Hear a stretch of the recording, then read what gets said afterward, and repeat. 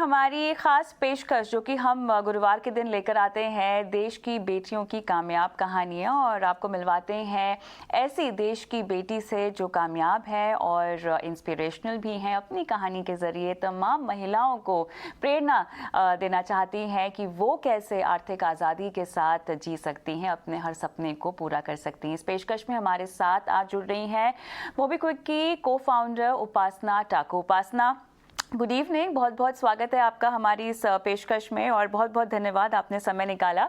और मुझे ये बताएं उपासना कि बहुत अच्छा लगता होगा ना जब कोई आपसे ये कहता होगा कि पेमेंट इंडस्ट्री में देखिए पहली महिला हैं आप। मेरे ख्याल से राष्ट्रपति का अवार्ड भी आपको मिला है। फोर्ब्स एशिया 25 पावर के तहत भी आपको यहाँ पर नवाजा गया है। क्या कहेंगी आप, यहाँ पर आपके ख्वाब पूरे हुए हैं या सफर के चलते चलते आपकी तमाम उपलब्धियां आपको मिली हैं?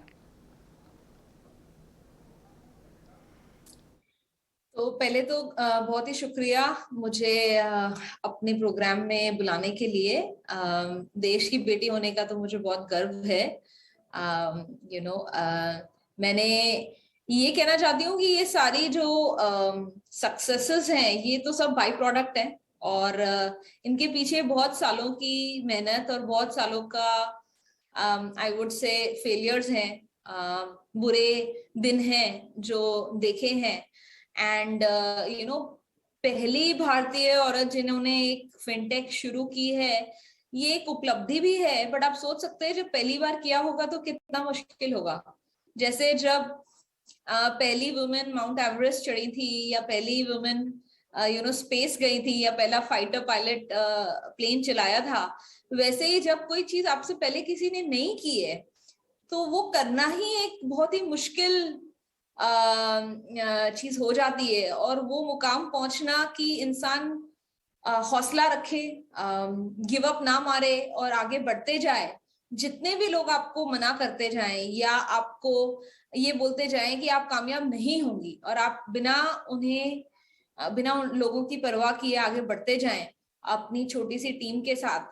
और फिर उसके बाद मेरा तो यही मानना है कि मेहनत और विश्वास के साथ अगर कोई भी काम किया जाए तो एंड में तो सक्सेस मिलना ही मिलना है। वो किस स्केल का सक्सेस है वो अलग बात है। बट मैं तो उसी दिन खुश हो गई थी जब हमारे प्लेटफॉर्म पे 1 लाख यूजर्स आ गए थे।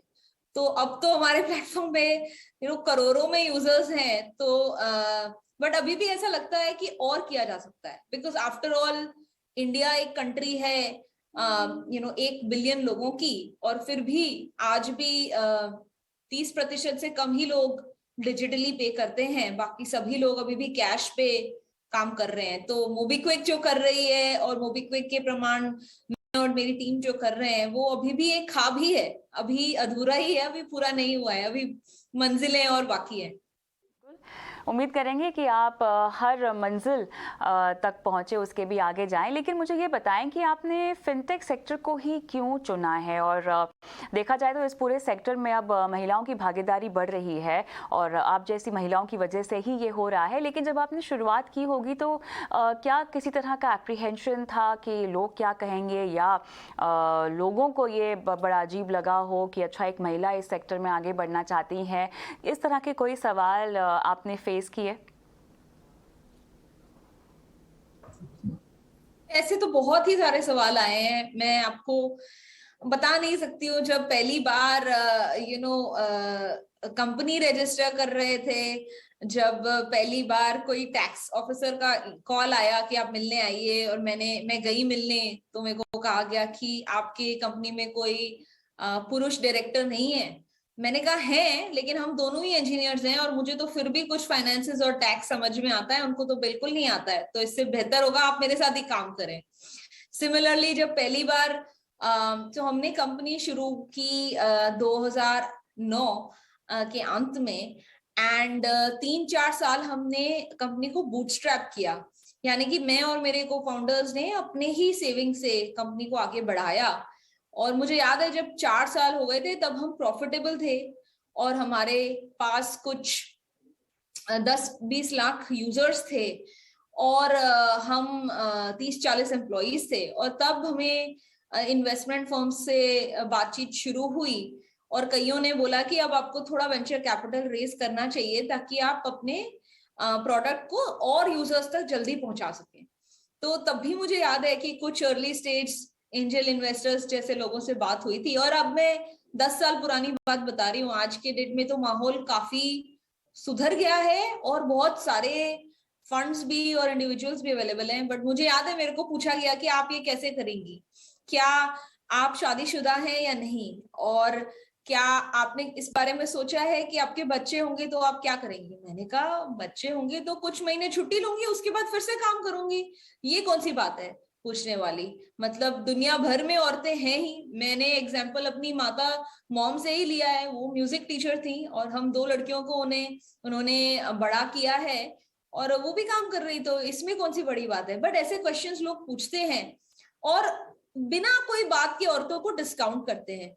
मेरे हिसाब से अगर मैं अपना ही एग्जांपल दूं, तो जब मैं मोबीक्विक स्टार्ट कर रही थी और कंपनी 2-3 साल से एस्टेब्लिश भी हो चुकी थी, रेवेन्यू भी जनरेट कर रही थी, तो लोगों को ये क्वेश्चन सवाल पूछने ही नहीं चाहिए थे। और दूसरी बात, मोबीक्विक से पहले मैं कैलिफोर्निया में रहती थी और ग्लोबली दुनिया की एक बहुत ही बड़ी पेमेंट्स कंपनी है पेपैल, मैं उसमें प्रोडक्ट मैनेजर की तरह काम करती थी।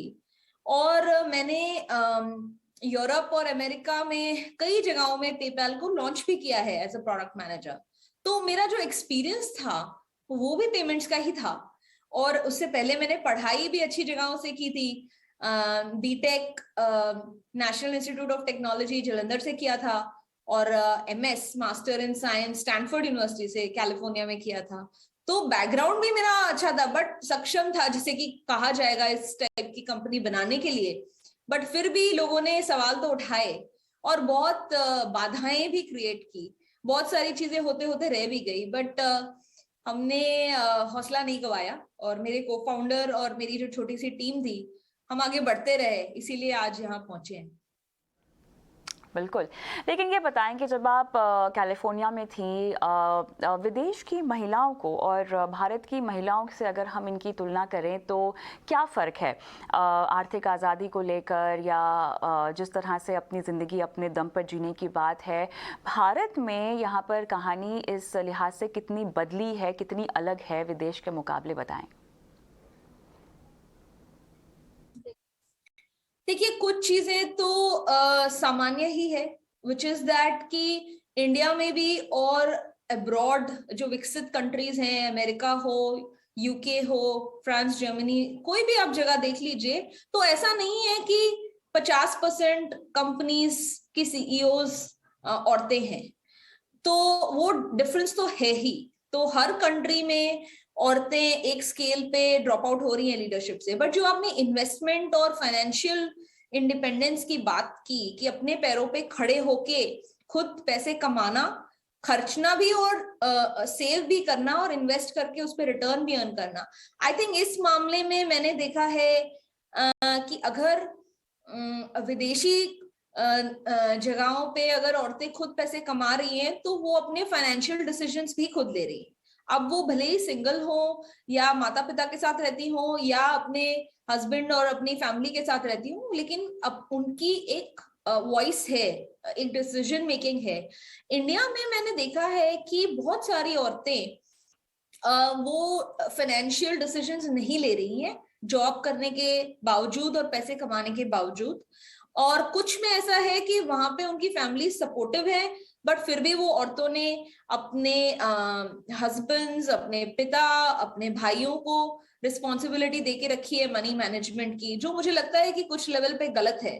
बिकॉज अगर आप में पैसे पढ़ने की अगर आपके पास ब्रेन है कि आपने पढ़ के कॉलेज एजुकेशन ली है या आप जॉब कर रही हैं और आप पैसे कमा रही हैं, तो फिर आपको अपने पैसे कैसे मैनेज करने हैं वो भी सीखना चाहिए। कुछ चीजें हो सकती है जिसमें आप जॉइंट फैमिली डिसीजंस लें, बट एटलीस्ट कुछ लेवल का financial independence and financial literacy भी होनी चाहिए, जहां आपको पता चले कि कुछ तो बेसिक्स है कि आप जितना भी कमा रहे हैं उसका कुछ प्रतिशत तो आपके रोजमर्रा जिंदगी के लिए ही आपको चाहिए, जो भी आपके घर के आपके एक्सपेंसेस हैं। उसके सिवाय कुछ अमाउंट आपको सेव करना है। अब वो कहाँ सेव किया जाए, क्या वो एफडी में किया जाए या म्यूचुअल फंड्स में किया जाए? एटलीस्ट एक टर्म लाइफ इंश्योरेंस और हेल्थ इंश्योरेंस तो सभी के पास होना ही चाहिए।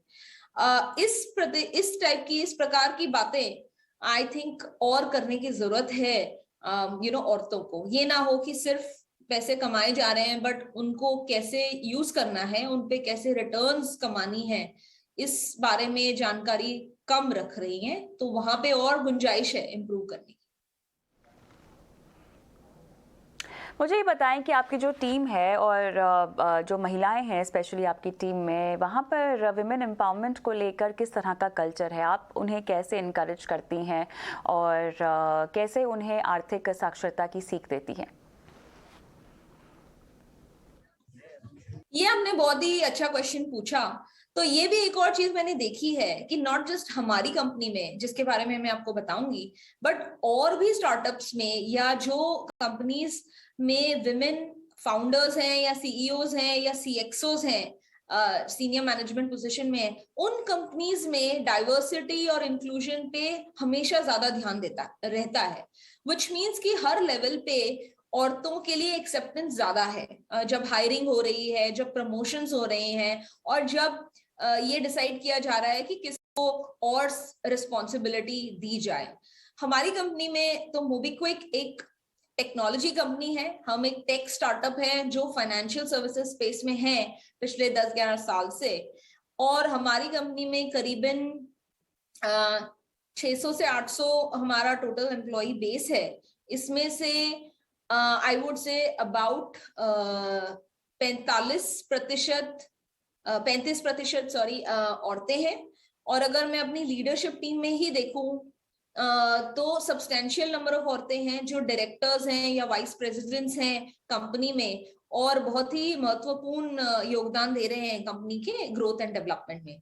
सिमिलरली टेक्नोलॉजी में, जहाँ पे अर्ली स्टेज पे software engineer, senior software engineer level पे लड़कियां देखी जाती हैं इंजीनियरिंग स्कूल से निकल के, बट जनरली ऐसा होता है कि उसमें भी आगे बढ़ते हुए इंजीनियरिंग मैनेजर, डायरेक्टर वगैरह लेवल्स पे बहुत ड्रॉप ऑफ होता है। औरतें काफी लोग कुछ साल काम करके छोड़ देते हैं। तो वहां पे भी हमने काफी अच्छा किया है। हमारे टेक में भी हमारा पार्टिसिपेशन बहुत अच्छा है, और इनफैक्ट बहुत सारी इंजीनियरिंग मैनेजर्स और प्रोडक्ट मैनेजर्स हमारे यहाँ औरतें हैं। उसमें से कुछ तो हमारे यहाँ रहते हुए 2-3 साल काम करके मैटरनिटी पे जाके वापस आके भी काम कर रही हैं। तो हमारे यहाँ हमने प्रोग्राम्स ऐसे बनाए हैं जहाँ पे फ्लेक्सिबिलिटी हम ऑफर करते हैं लोगों को। हम लोगों को एनकरेज करते हैं कि मैटरनिटी के बाद वापस आएं, और उसमें भी हम उनको ज्यादा flexibility, remote work from home offer करते हैं, जो कि आजकल तो कोविड एनवायरनमेंट में वो नॉर्म ही बन गया है। उसके सिवाय आई थिंक हमारा फोकस ये रहता है कि मेल हो या फीमेल, सबको इक्वल अपॉर्चुनिटी मिलनी चाहिए। एंड जस्ट बिकॉज कोई फीमेल है और उनके ऊपर घर की भी रिस्पॉन्सिबिलिटी ज्यादा रहती हैं जनरली इंडिया में, मैंने ये देखा है एज कंपेयर टू विकसित देशों में, जहाँ पे न्यूक्लियर फैमिलीज होती हैं और हस्बैंड्स और wives almost equal load sharing करते हैं घर के कामों की या बच्चों को देखने की। वो अभी भी इंडिया में थोड़ा इम्बैलेंस है। तो उसके लिए हम कोशिश करते हैं जितना अपने विमेन एम्प्लॉइज को हम सपोर्ट कर सकें। उपासना, बहुत अच्छा लगा आपने समय निकाला और इतने विस्तार से हमसे बातचीत की अपने सफ़र के बारे में, और कैसे महिलाएं आपके सफ़र से सीख सकती हैं और आर्थिक आज़ादी की ओर बढ़ सकती हैं। बहुत बहुत धन्यवाद हमें समय देने के लिए।